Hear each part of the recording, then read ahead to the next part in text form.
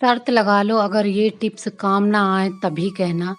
हमारी दादी नानी इसी तरीके से घरेलू टिप्स अपनाकर, घर की चीज़ें अपनाकर अपनी बीमारियों को ठीक कर लेती थीं।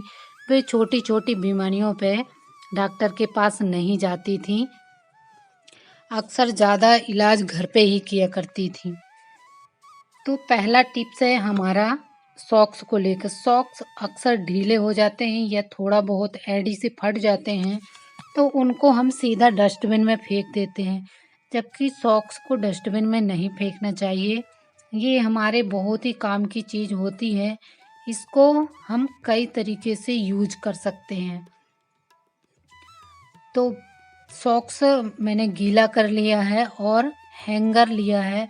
हैंगर में दोनों तरफ इसको पहना लेना है अच्छे से। तो इस तरीके से मैंने हैंगर में पहना दिया है।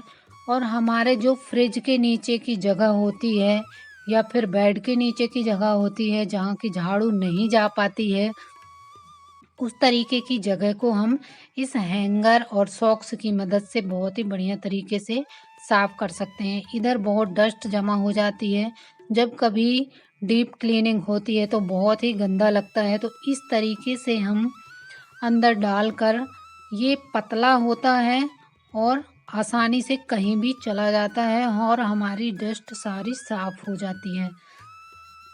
तो आपके फ्रिज या फिर गोदरेज बेड के नीचे इस तरीके का गंदा नहीं रहेगा।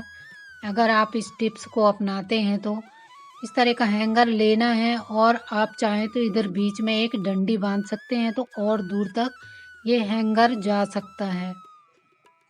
और आपका सारे बेड के नीचे सफाई हो जाएगी और इसमें फ्रिज के नीचे सफाई हो जाएगी। तो कैसा लगा टिप्स कमेंट करके ज़रूर बताना।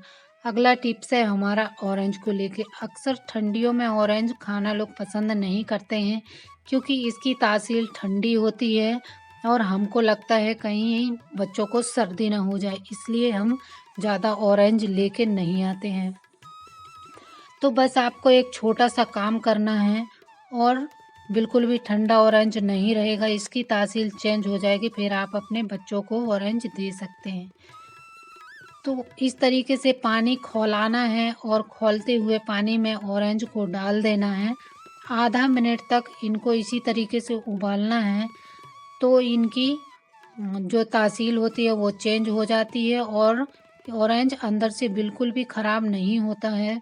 मैं छील के दिखा देती हूँ। और इसकी कलियाँ भी एकदम खिल खिल जाती हैं, पूरी आसानी से निकल जाती हैं, देखिए। और बिल्कुल भी ये पकता नहीं है, थोड़ा सा गर्म हो जाता है और इसकी तासीर चेंज करने के लिए हमने ऐसा किया।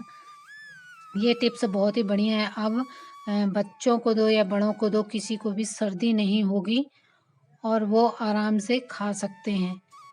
संतरा हमारी बॉडी के लिए बहुत ही अच्छा होता है, इसको खाना चाहिए सीजन में जब भी आए। ऑरेंज ज़रूर खाएं, चाहे इस तरह गरम करके खाएं या फिर ऐसे ही डायरेक्ट खा सकते हैं। बड़े लोग हैं तो बच्चों को गरम करके दे सकते हैं ताकि उनको सर्दी वगैरह ना हो।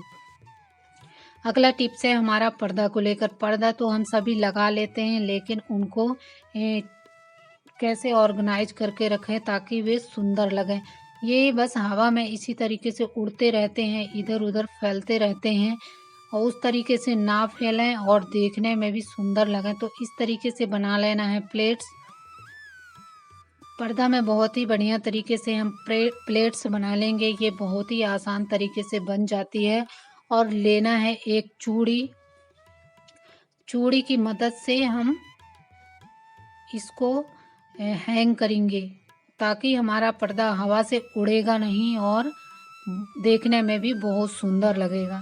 तो इस तरीके से मैंने निकाल दिया है। अब इसकी कलियों को इस तरीके से खोल लेना है। खोल के दोनों कोनों को पकड़ना है और बहुत ही सुंदर फ्लावर बना देना है। ये दोनों कोनों को पकड़ के एक कोने के अंदर एक कोने को डाल देना है। इधर रबड़ या चिमटी लगाने की ज़रूरत नहीं है, अपने आप ही ये फ्लावर बनके तैयार हो जाता है जिस तरीके से मैंने बनाया। इसी तरीके से हम दूसरे पर्दे को भी फ्लावर बना लेंगे, देखिए। कितना सुंदर लग रहा है। दोनों फ्लावर बहुत ही सुंदर लग रहे हैं और हमारा पर्दा भी व्यवस्थित हो गया। अब इधर उधर उड़ेगा नहीं और ना ही खिसकेगा, एक ही जगह सेट रहेगा। तो इस तरीके से आप अपने पर्दे को सुंदर लुक देने के लिए दिन में कर सकते हैं और फिर शाम को इसकी चूड़ी निकाल करके इसे फिर से खोल के लगा सकते हैं।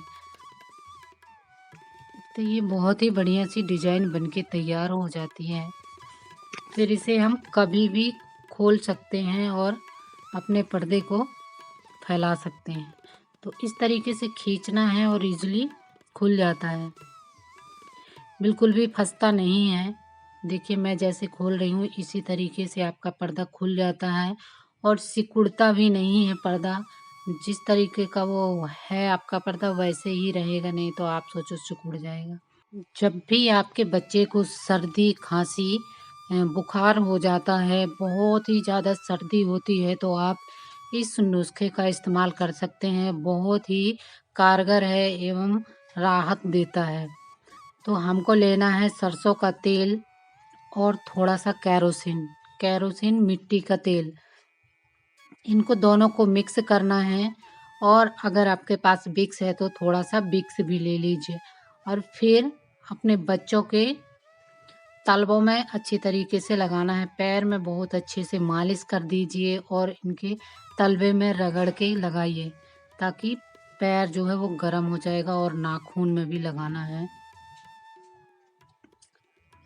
इसी तरीके से आप हाथ की गदेली और नाखून में कैरोसिन विक्स और सरसों का तेल लगा सकते हैं, छाती में, पीठ पे।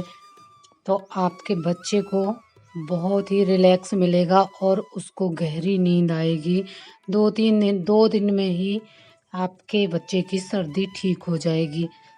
हाँ, इसके साइड इफ़ेक्ट भी हैं कैरोसिन के। थोड़ा सा बॉडी में लगा के देखिए, अगर लाल लाल रैशेस होते हैं तो आप कैरोसिन बिल्कुल भी ना लगाएं। विक्स और सरसों का तेल लगा सकते हैं। आपके बच्चे को अगर कैरोसिन नुकसान करता है तो उसे बिल्कुल भी ना लगाएं, और अगर नहीं करता है तो आप लगा सकते हैं। इससे बहुत ही अच्छा रिलीफ मिलता है और सर्दी जल्दी से ठीक हो जाती है।